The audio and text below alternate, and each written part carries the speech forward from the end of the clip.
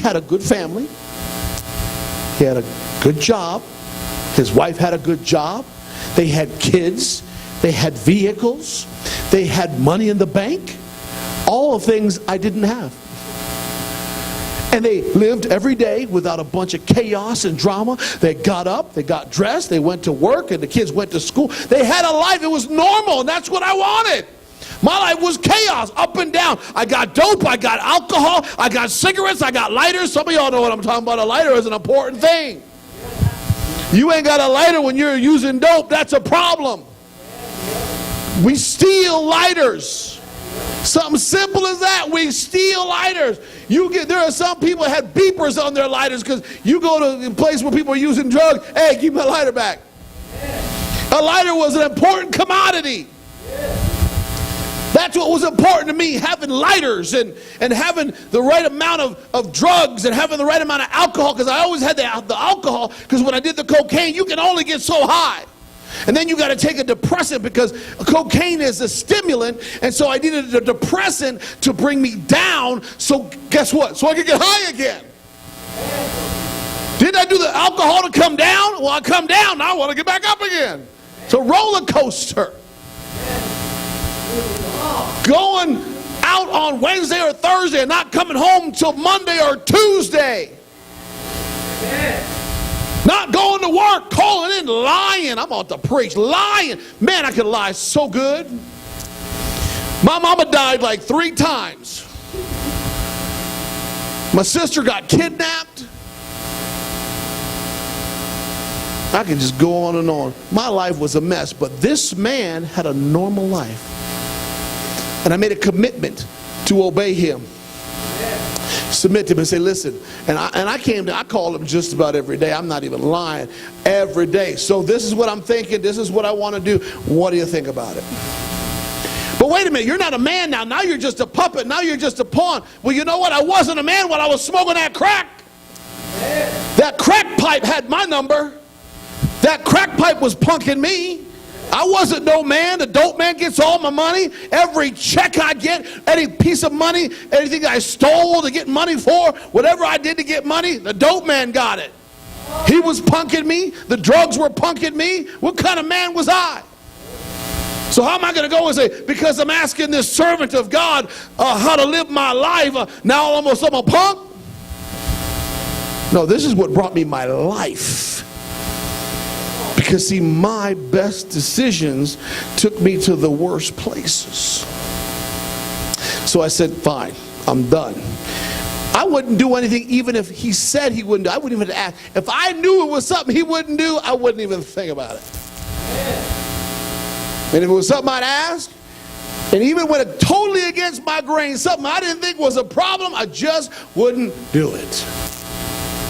And little by little, day by day, month by month, and year by year, the changes begin to come. The changes begin to come. All of a sudden, I got a little bit of 24 hours of sobriety put together. Now I'm going to go and let me go get some classes done. Let me go. You don't go to school on crack. There ain't no time for that. There's no time for that. You don't do productive stuff. The only thing that you do productive is get more money to get more dope. What is your name? Brittany? Bunny. Bunny, it's good to see you again. Let's welcome Bunny back to the house of the Lord.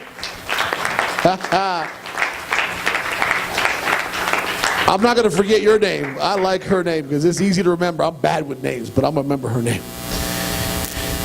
So I began to obey this man. I started going to classes and pick up a couple of maybe take 2 or 3 classes at a time. And I almost got my bachelor's degree, 2 different degrees, 3 different times, and never could finish because of them drugs. But now I go back and get me a couple of classes together and start taking a couple of classes per semester. And next thing you know, I got a bachelor's degree.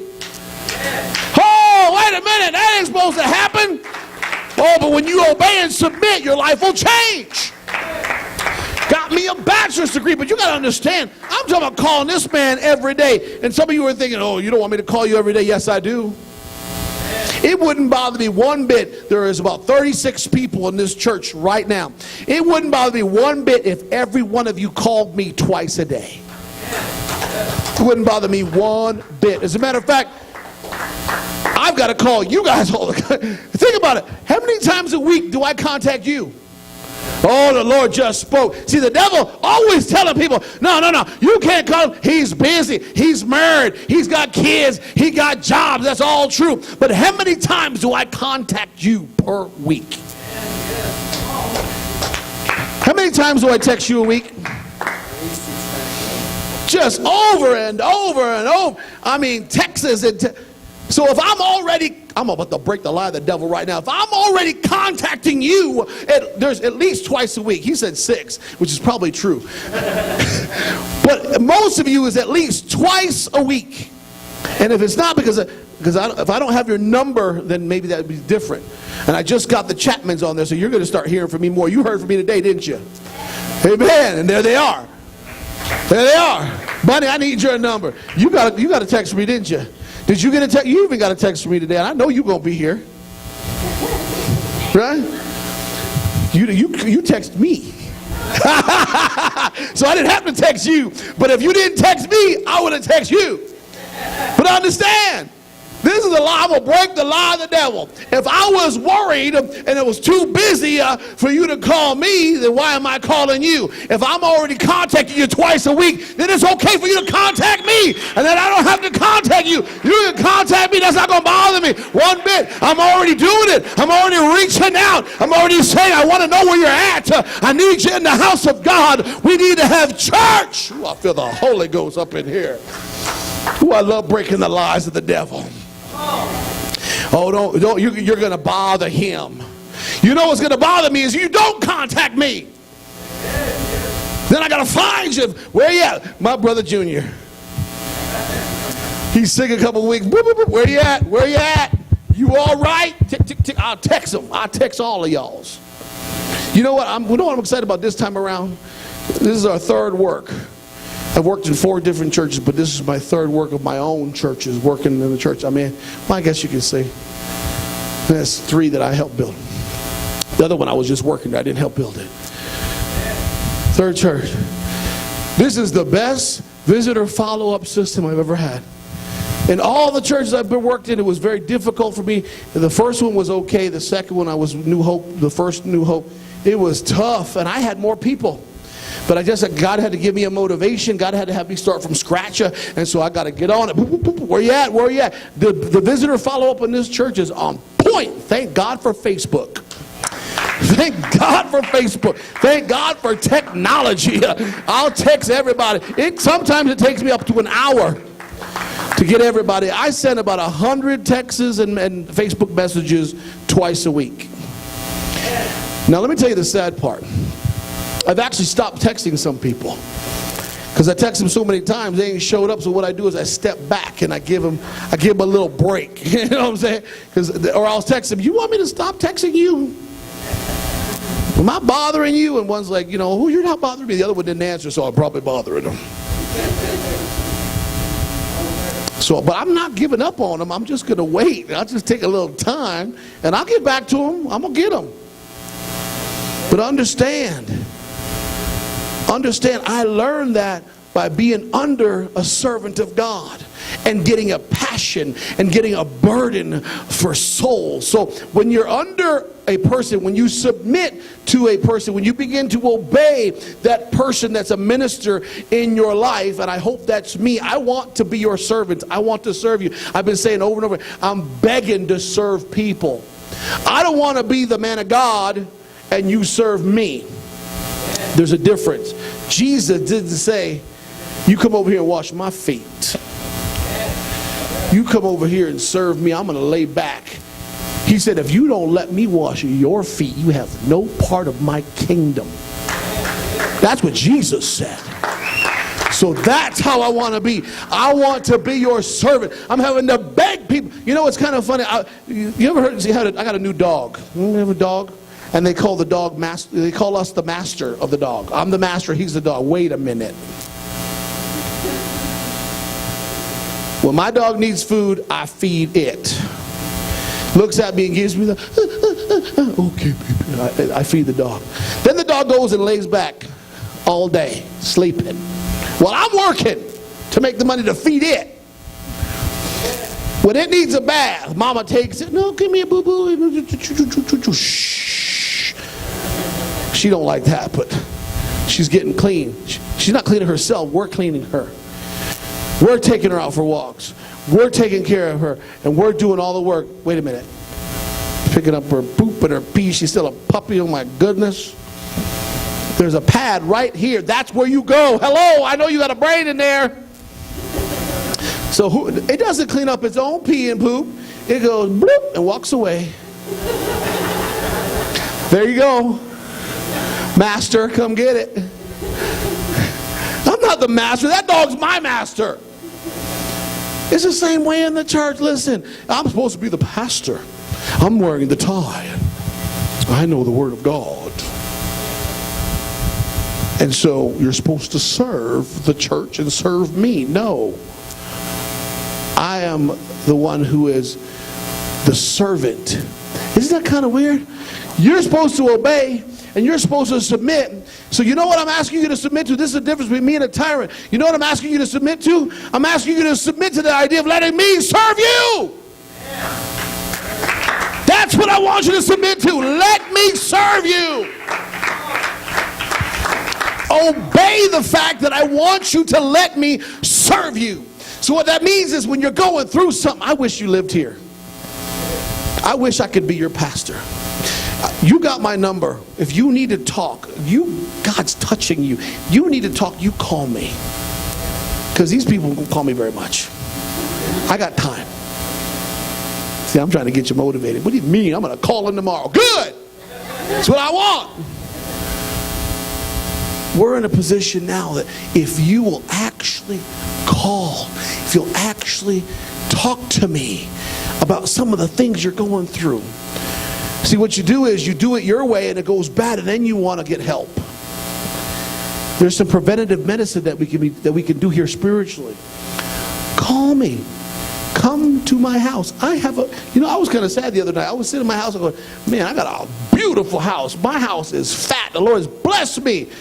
I'm going to put it on cribs or something. I mean, it ain't that good, but it's nice. I got a nice little spot. But nobody don't come to my house. So nobody knows I have a nice house but me. That don't do me no good. Come to my house. Listen, we'll have a little party. Want to have a party? Let's bring some of these folks to our house. You want to have a party? You know what she said? That's more work for me. That's all right. Cook some food. You the servant's assistant, so you got to serve too. You got a job. Do you understand what I'm saying? Listen, come to my house. You been to my house? You been to my house? You been to my house? You been to my house? You should have went with him. You should have went. You would have been there.